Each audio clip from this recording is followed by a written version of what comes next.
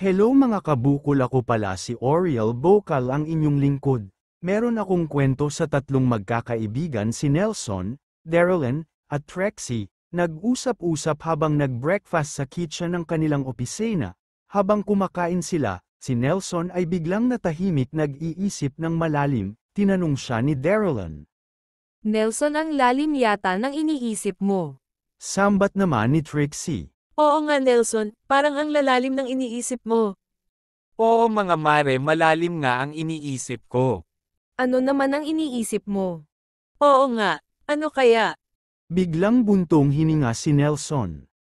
Pacific Ocean, mga mare, sobrang lalim, di ba?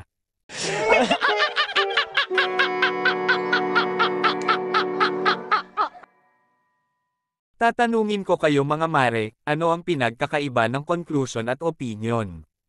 Ikaw Darylin, ano ang pinagkakaiba sa dalawa?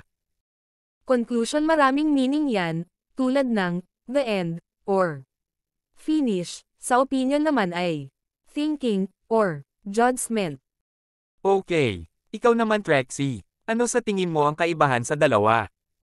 Conclusion ay closure or termination. Sa opinion naman ay thought or belief. Mali kayong dalawa, ganito yon. Kung close yun, hindi ka makakapasok. Kung open yun, makakapasok ka.